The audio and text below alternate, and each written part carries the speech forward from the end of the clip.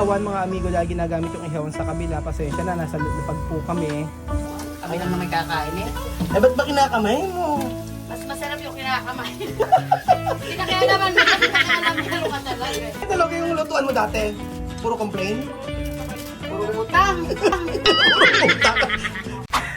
Good morning! Sabi mo. Good afternoon. Good afternoon everybody!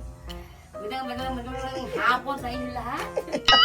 Parang buwa-bola ng bingo? Ano? Yes, sa unang bola. 8 biniyak. 8, biniyak 4! 3. Bakit? Pag biniyak mo 8, biniyak mo sa gitna, ano? Ano?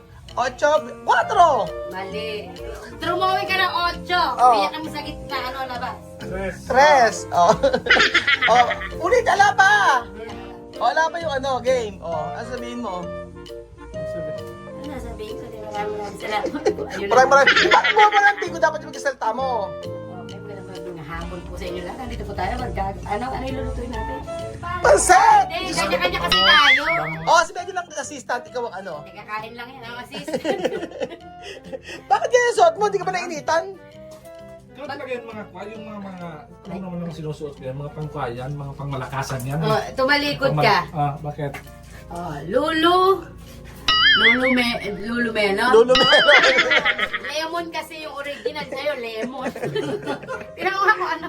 Lulu Melon. Luloy mo to. Okay, first time natin magluluto ng First time natin magluluto. Ang assistant si Beljun. Doon ka muna, doon ka sa assistant. Sige, pas ka ng bawang. Hindi. Bawang muna, di ba? Bawang mo. Ay, hindi, mali ang ginawa nyo. Takunin mo ulit. Uy, mamali mo, mamali. Dahil sa pagbabala, pwede ka nang umalis. Pinakayos ako. Wala kayo video, pwede ka nang umalis. Ay, Beljo, kunin mo yung upuan. Hindi siya. Buksan mo, ha? Kayo na lang. Kayo na lang. Kunin mo yung upuan siya, Bob. Kayo na lang. Kayo na lang. Kayo na lang. Pauuntog na Ayan, lang ako. sige mo. Pauuntog ako. Hindi, kailangan mo. Hindi, dito to. Asya. Sige, Ay, for today's video, una. Yung bawang. Angkat mo! Una. Bawang na, papupulahin lang natin ako. Bawang. Parang yung mukha nung kakilala ko. Ano? Papula pag naarawan. Sino yon? Susunod, Sibuyas. Ano ba yun? Nagluluto, walang apoy. Di ba charot-charot lang? Kuya, tika ko ang kalat. Ano sunod? Ba't ba pinatay mo? Sabi ko sa'yo, lumayo ka na lang dyan. Luto, ano nakaka... Yan. Next. Hala pa, hindi pa naman kumakain. Sabihin mo muna, ate, kung ano yung luluto mo. Magluluto tayo ng pansit. Una yung bawang, sumunod sibuyas. Mamaya kayo isusunod ko rito. Kasi sa Huwag kang umano niya, mamaya ikaw iluluto. Sa Dayan mo ako. Oy, ba't kaya, ano pa, atatak na sa, ng short mo? MSD? Wala kami pambili. Marvin. Anong isa eh, Hindi. MSD, magnanakaw sa... Mali ka, short ko. Dami. Okay, magyari ng ng bawang sibuyas. Para masangkot siya pa yung ano. Ay, mali! Ayaw na sa kayo na eh. Ganyan talaga yan. Di ba dapat toyo muna? Doon na nga kayo. Nawawala yung discard ko sa inyo. Kaya ilatang muna, no? Ano? Palito muna. Eh dito. Toyo, sige. Di ba pala desisyon kayo? Sige na, bumaba ka na. Lahat masakit yung balakang ko. Ay, tangkad! Abot ang ganito. Eh, niluluto ko. Mababa ako. Mataas sila. Kaya matangkad mga kahit yung balakang. Okay, next! Kailangan, ba't lagay ka ng lagay? Alam, wala kang suka? Anak lang tayo. Magsusugot ka ba tayo pansit na iluluto? Kaya mekos-mekos lang yun.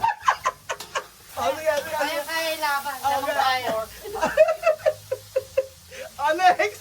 Ikaw, init ako. Kunin mo yung kape ko ron. Eto na. Galingan mo! Eto na. Diba, ang dami sahog?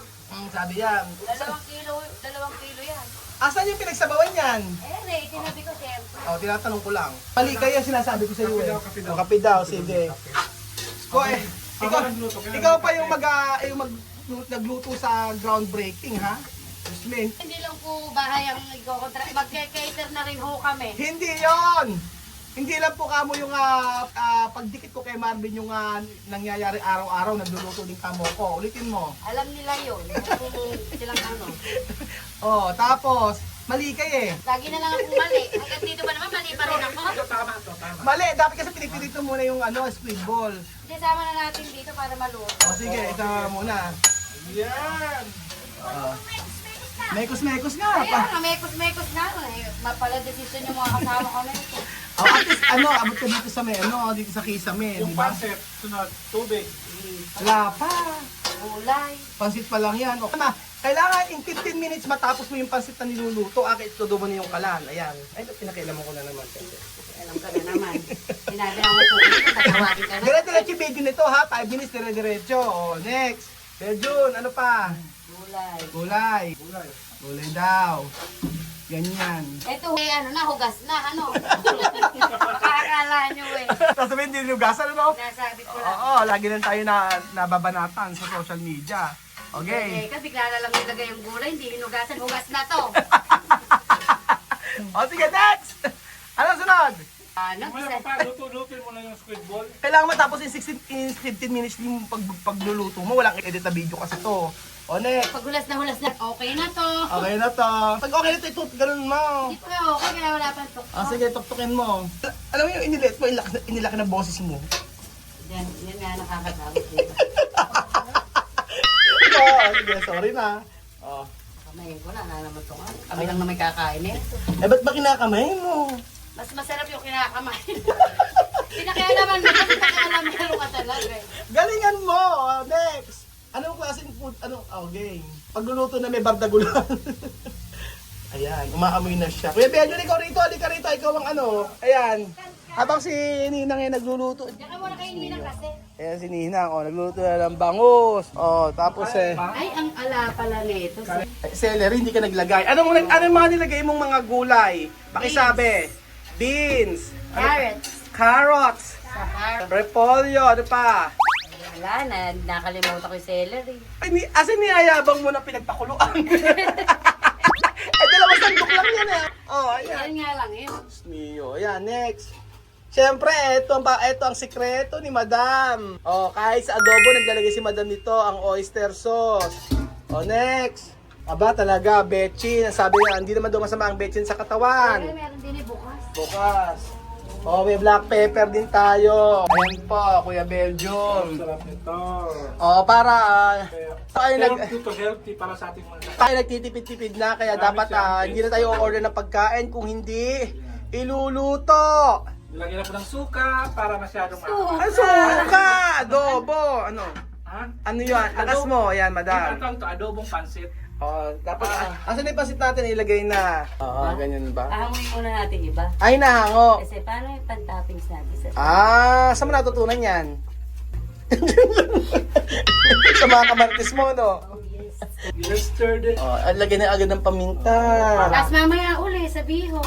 Tapos ito may Betsy. Hindi lagyan na sila, hindi taga Bicol. Next natin. Susunod yung gata. Anong gagawin? Bicol! Oo. Ay, konti! Lumaki yung buhod. Konti! Sorry. Mamaya may mahagang makakatulog yung mga trabahador nakakain. Hindi pa natin to yun. Oo, kasi may Huwag na chip muna siya. to. Ay, kuha siya. Sige, Very toyo. blurred siya. Blurred! Ha? Blurred. Blurred daw! Wala kasi ano. Kasi walang toyo. Galingan mo dyan ha, Kuya Beljun. Tapos lagyan ng tubig. Hindi pa pala lagyan tubig pag nahalo pala yun, Kukuha pa. Babawasan nga natin to. Lagyan ng babawasan naman. Asa natin nalagay yun, yung mga Sige, dyan. Para maluto po yung ating pansit. Tingnan nyo po. Gulay. Sura pala mukha nang hindi na masarap. Hindi masarap yan. Ano ba? Sabi ng boss, kumusta ako? Oo, para maalis ka rito. Sabi ng kape, kumusta ka? Bakit? Pang ICU. Okay na ba? May, lutuin mo na konti. Baka pwede mo pakuliin na kahit kaunti. Pakuloy niyo ng konti. Kaya nga, para maluto ng konti yung ano. Bakit ba? Walang kabusugan. Pagkagising, kinuha namin sa kapitbahay yung lutuan. May nakalagay na isdang megata. Sabi niya, sinaling ko, nilagay ko doon. Sabi niya, magtira ka ng konti, ako na maghugas. Totoo. Ayun na, tignan mo. Totoo nga. May kapitbahay dito kasi mga amigo. Asan yung kinuha ni Beljun na isda? Ano yan, biyak? Asan? Naku, Diyos ko talaga naman. Kanina minudo kinuha, Yes. Tapos ngayon, na. Hindi mo binabasa to? Wag, pagka binasa mo, papanis. Oo. Saka malabsa. Malabsa, huwag mong basain. Kasi maglalagay naman tayo ng tubig dito. Ngayon, alam na. Chef! Kaya, Ganun lang. So, 1 kilo lang niluto natin. dalawa pa. Isa't kalahati at saka Meron pansit. kasing ganito. Kasi pag si Ninang ang pinagluto natin ito, malabsa. Ayun, saan niya pala si Ninang? Sorry, pagod na si Ninang. Okay. Mamaya may saho, don't worry, Ninang. Oh, Ihawin niyo pa ako. Kala ba eh. okay, pag Ihawin. may saho doon mamaya. Tapos, ayan po. Kunti pa, pag nagano. Okay na pa mga gamit. Adjust ko. Kaya pala. Oo, ganyan. Yung mga katawan lumaki. Diyos ko, di pa ba malaki katawan natin? Ayun. Maliliitan ka pa ba? Hindi na nga ako makahinga. Pero sino naman pagkaroon niya? Ay, buto ba? Si Belgium, no, tsaka si Madam. Kaya naman ako sa'yo at pinakatutok si Benjamin at saka si Madam. Pwede mo gano'n sarili? Bakit ate mo? Sige, tutok ko sa akin. Ang halata. Baka i-ICU ka pa namin. Ayan na. Papakamalayin mo na. O, di mo, sinabang Ben? Ha? Sinabang mo? Yung ano lang. Ayun sabay kanina. O, di mo, nagsabon na siya kasi kanina. Ayan. Kasi di ba yung gulay niya? Oo, kasi pagka masyadong luto, hindi masarap yan. Lusag-lusag siya. Okay na. So, yan ang tamang pagpapansit. Oo. Siyempre, luto na po mga amigo ang gulay. Kaya hahanguin muna para sa ating for the pansit. Opo, for the bihon, para po maluto. Ganyan lang po ang tamang pagluto ng pansit. Pero meron pa po ako nakikita nga pagluluto ng pansit na mas masarap. Alam nyo kung ano? Paglagay ng mga mushroom na kung ano-ano. Shiitake mushroom, para tengang daga. Tapos maglagay po kayo ng... Di ba mas masarap yun? Ayan na po. Malapit na. Ayan na, syempre lagyan natin ng kaunting tubig. Ini-shortcut na ni Madam. Ilagyan mo na mga pansit. Yes! Kulangan ng tubig, pero lagyan mo pa rin ng tubig. Ito ang nakakamiss na ginagawa natin. Ang pagluluto, mga amigo. Yan. Tapos, timplahan na natin. At ayan, siya paminta na naman si ate. Okay, Arya. Tapos, ilagay mo na ang masarap na oyster sauce. Na napaka sarap. Pagka nilagay, para luminamnam ang ating pansit bihon na may kanton. Yan po. Okay, ayan. Ayan po, nilagay na. Anong nilagay natin, Madam? Oyster. Oyster sauce. Diba? Ang oyster sauce ni Madam. So, huwag masyado maglagay ng maraming toyo na gaya ng ginawa ni Madam na isang buong toyo. Ay, hindi ah. Sakto lang yan. Kasi marami yung gulay. Marami. Tsaka huwag kayo masyado maglagay ng, huwag kayo mag-aasin. Don't put salt, ha? Kasi maaalat na itong ang oyster sauce at saka yung toyo kanina. Walang asin na ilalagay. Ganyan lang siya. Ayan po mga amigo. Mamaya ma-absorb ng noodles ang sabaw na yan mga kababayan ko. Kasi may kanton pa, ganon. Madali lang naman maluto. Oo. Alam nyo, kapag nagluto kayo ng pansit, dapat talaga medyo marami sa sabaw. Kasi kayo nang dagdag dyan.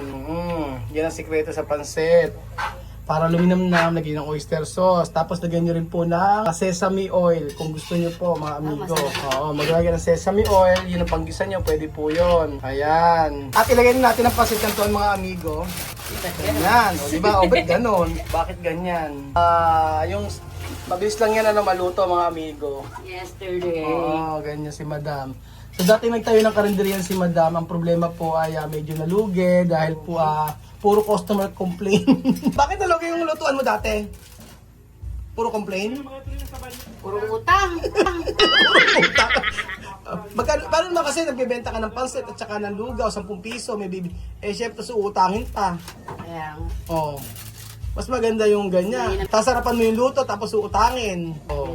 Ayun, sabi ko sa inyo mga amigo, saglit lang yan. Yung kahit masabaw kanina, mawawala din yung sabaw na yan. Dahil po meron pang pansit canton at i-absorb yan ang ating noodles. kulangin pa isa. Baka nga kulangin pa yan. Pero tingin ko okay naman na ate. Yung masabaw-sabaw pa sa part na yun.